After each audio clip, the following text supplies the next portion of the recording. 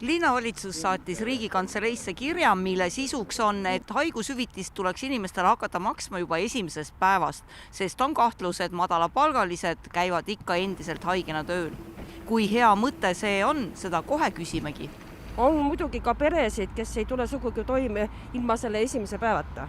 Et kas teile tundub ka, et praegu on ikkagi olukord, kus madalapalgalised käivad haigena tööl? Ma ei usu, aga me ju ei tea tegelikult, mis toimub.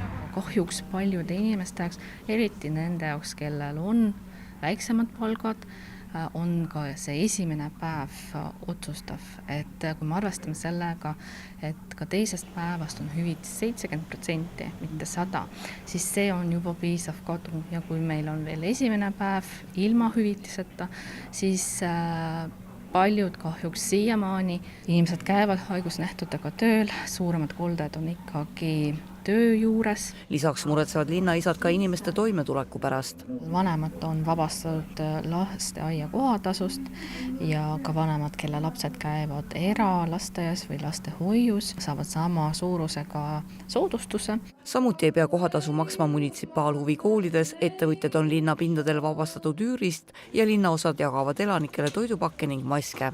Tänane seis on ikkagi selline, et Kristiine linnaosa valitsuse poole pöördub igal nädalal 100 inimest. Paljud neist on uued taotlejad. Ja ma kasutaksin võimalust ja teeksin ka linnaosa elanikel sellise üleskutse, et märkame rohkem üksteist. Riibe sõnul on hea koostöö korteriühistutega, mis sageli aitavad linnaosa valitsuse abivajajatega kokku viia.